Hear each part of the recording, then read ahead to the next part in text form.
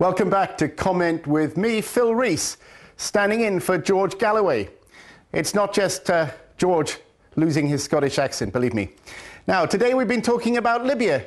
Britain says it's not involved in regime change there. They're just protecting civilians. I mean, what do you think? Then there's Bahrain. Apparently earlier this week, the French President Sarkozy praised the Bahrainian king for bringing peace and stability for his country. Meanwhile, he's having intervention in 2 countries in Africa. What's that about? Yemen. Tomorrow could be another day with a lot of killings. Ali Abdullah Saleh, who's, this guy's been there for 32 years, all right? All his nephews, and his son, they run all the security services. You know, how are they going to get rid of him? And look at the power he's got. So what do we do at Yemen? Then there's the Ivory Coast. I mean, you may have been following that on the main news.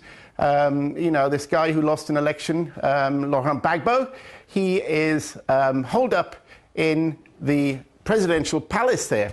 But should the West have intervened in that way, and should they have taken sides, which today the Russian foreign minister said they shouldn't have done? Is it another colonial adventure? Well, these are the kind of things to talk about, but other things as well. Feel free, keep those calls in and talk about what you want to. But first of all, we have Tony from London, and I think he's on about Libya. Tony. Well, yes, hi there. Nice talking to you. Nice program as usual. Yes, we see again, as we sit back and look at the hypocrisy of the West regarding the Middle East, and including Libya. If, for example, the Iranian military went in, like Saudi sent their military into Bahrain, what would have happened? Can you imagine? The Americans would have been saying this, that, and the West would be condemning Iran. But now, King Hamid al-Khalifa invited them in, you know? They were just brought in as friends. Yes, but they're not an elected government. They're a monarchy. This is the people. If they were invited, how come the people are protesting? It goes to show they're not a government by the people, of the people, for the people. There's a family dynasty there. So, I mean, if there was democracy in Bahrain, the king would be out. I mean, 70% of the population are Shia.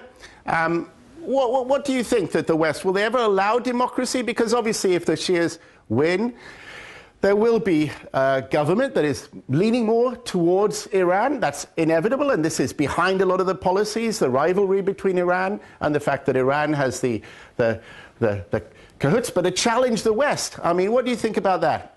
Well, I think the West now, as long as their interests, regardless, they don't give a damn about the lives of the people. As long as their oil interests and strategic interests are, a top priority, and this is safeguarded. This is what they're worried about. They're not worried about human dignity and the sufferings of the people over there. This is just put as a gloss, no-fly zone and all this. As long as somebody's there to protect their interests, like the family dynasties in the Arab world, and of course, not to mention America's surrogate baby is little Israel.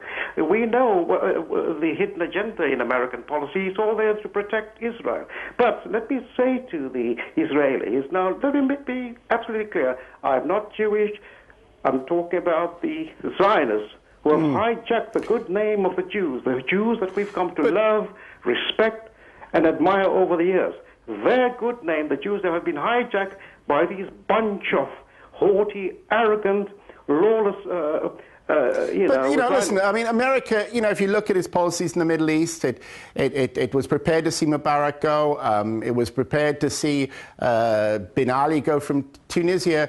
I mean, do you think that there isn't any sense of a belief in democracy, of any sense of openness?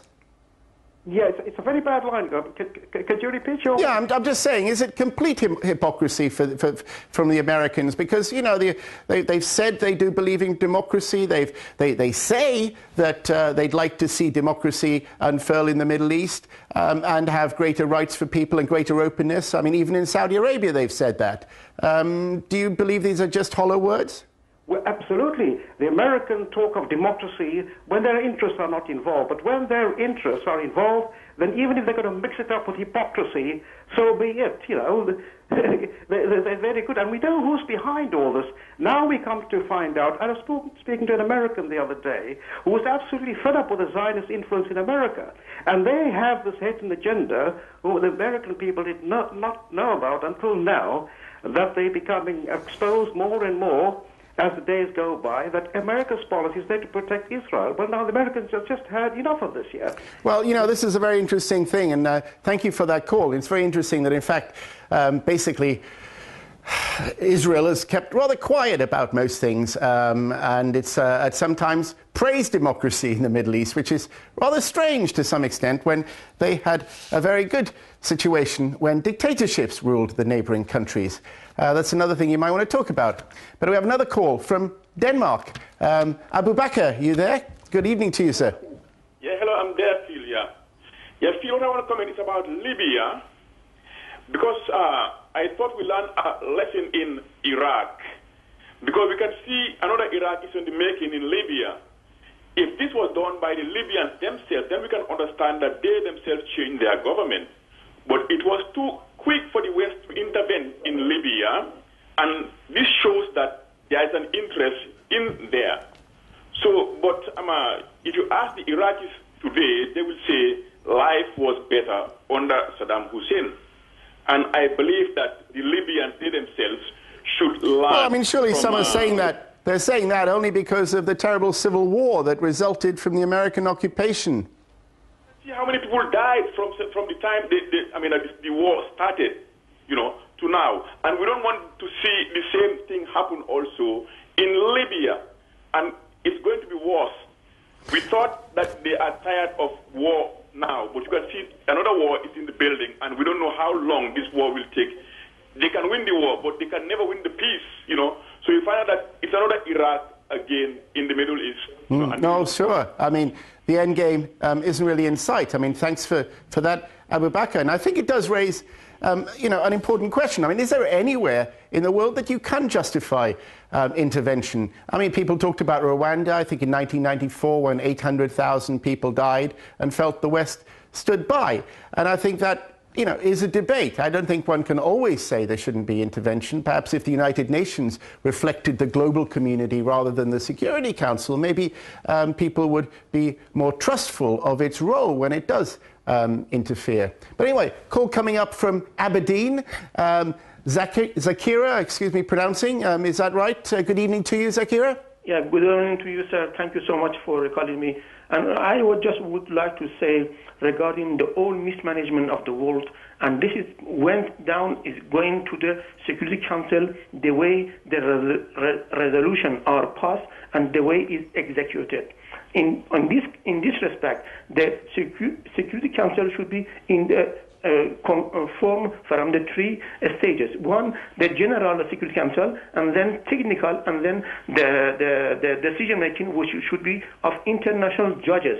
And then, when regarding the military resolution, the apparatus and the military power should come under the control of the Security Council, and those generals that in Security Council that control this one, they should not be from the countries that they give those power to them. And well, do you think the General Assembly should have more power, though? That basically no. Security Council should have the three stages of the decision making and control and the execution of the power. But it's dominated by the United States, by Britain, by France, and then they do deals with China and Russia, and then, you know, sometimes that policy goes through. Whereas much of the Muslim world, much of the developing world, unless they happen to be a member of the Security Council for a short time, you know, they're not consulted.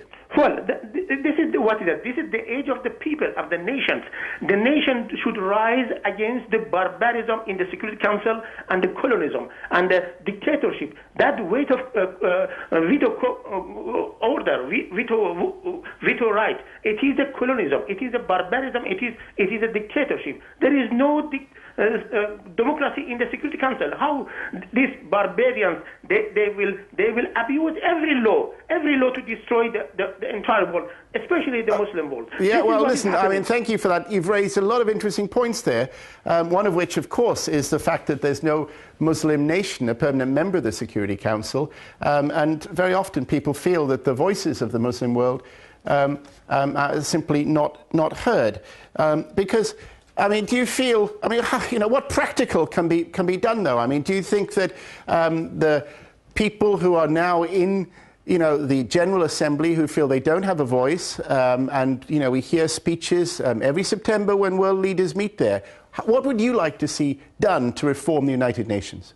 The Security Council and the United Nations General Assembly, they should be reformed, and the international law, they should be reformed, that is radical reforms, and in execution of the resolution, there should be a different body, and all the forces, all the military forces in this case, should come under the control and of the Security Council, and they should be exactly defined when they should act, not they give it to some NATO or the American. They go and open the new Crusader war against Muslims. And but they get the mandate to do that from the Security Council. Sorry? They get the mandate to do that, the NATO and the American forces, from the Security Council. This is what is wrong. The wrong is from the Security Council because they pass a resolution and put it on the table. Somebody take it, colonial power, they take it and go and do whatever they want for their own interest. This is what is the problem in the world. Yeah. The management of the system of the Security Council, it is a barbaric way of the management of the world affairs. This is what is it. But what do you think of the United Nations in general? I mean, doesn't the UN maybe have a role to play where there are conflicts in the world, where there's horrible things going on in certain countries? Do you think that the whole UN, including a real voice of the world, could make them a genuine sort of police force, not a military force, but a police force that could exercise certain global principles where people agree on? In this respect, the General Assembly of the United Nations should have the ultimate... Oh, I think we lost you there. I think we got your point, though, that basically the United Nations could do is reform. Zachary, thank you there. But I mean, I think that it's true in many senses. I think that the UN has reached a kind of end of its line in some extent.